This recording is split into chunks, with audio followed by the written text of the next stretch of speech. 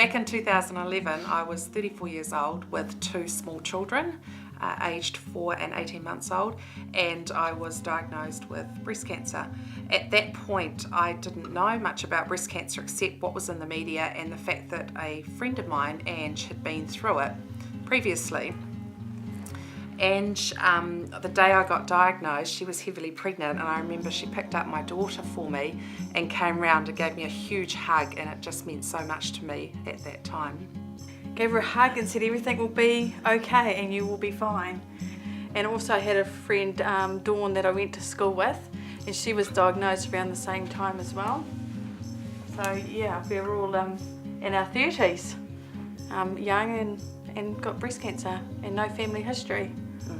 Met Rosanna at the lodge. We went over to Hamilton and stayed over there, and at the same time another friend of Rosanna's who she knew came over for her day to do everything that you have to do at the time, and her name was Michelle. I met Rosanna through Breast Cancer Support Services. Katie put me in touch with her when I was newly diagnosed and didn't know where to turn. Hi, I'm Katie. I work for Breast Cancer Support Service.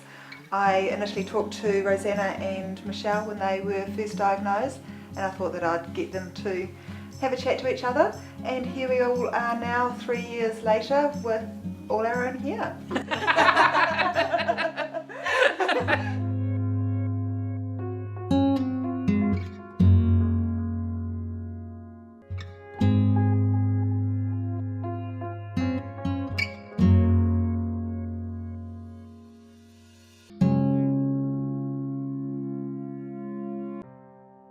What I really appreciate about the friendships that I've made out of this journey is that while it was a terrible time to be diagnosed and go through the treatment, I now have a great group of friends who can really truly understand what you've been through and understand what it's like to be a survivor and trying to move forward with your life. One of the great things I remember about Michelle is the fact that she came and actually sat with me during my first chemo session, which I was really nervous about. And she came in with coffee and a muffin, and we just chatted away, and it was almost actually like we'd always been friends, even though we'd actually only just met each other. And Michelle had a lot on her mind, and yet she took that time out to come in and sit with me, which I always really appreciate. And I also remember, Ange has just spent hours on the phone with me. A lot of the time we're talking about our children or work. It's been many a time when Ange has phoned up and I've been in tears because I'm upset about something or just anxious about it, and she's always assured me that it's going to be okay, and it always has been.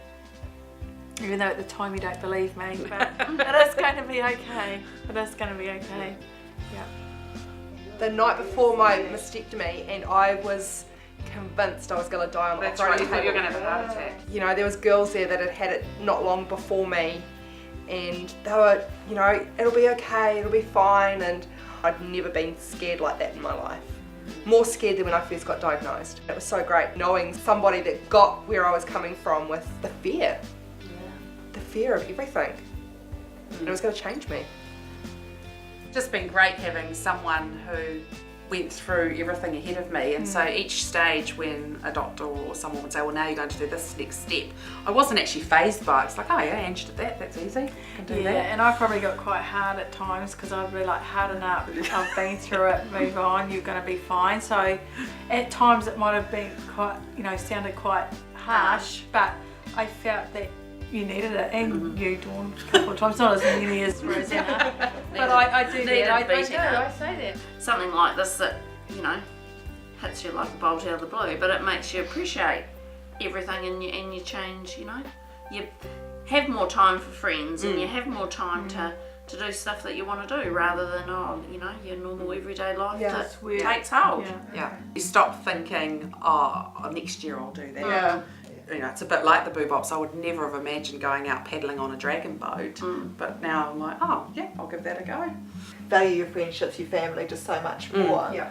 And so even new friendships that you've linked through this, it's just so much more important in your lives. I've got a nice little group of friends, and I try to allow myself, I work 3 days a week, and I allow a friend catch-up day for one of my days off, and me day on the other day. And it's finding that balance. And I suppose this journey's taught me all about balance. Because of what I've been through, if I don't feel comfortable doing something, then that's fine. Life is too short.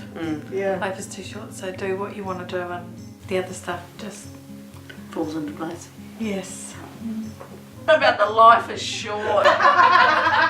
It's actually taught me more about valuable friendships. Yes. We're friends and our 2 older daughters say they're best friends but they're only 6, so you know. What I was worried about when I was first diagnosed. Once initial that I was going to be okay and I was going to live. Oh, I want to have another baby. We can have another baby. Now you've got this boy running around. I and know. it's- He's nearly 3. Yeah. Yeah. Yeah. And then when I was diagnosed, they didn't have any study going on about whether you could have children or not. And it was just for me to be able to tell other women that, I could go on to have children after having chemo. And I was quite determined though. That was from the day dot. I was determined that I was going to.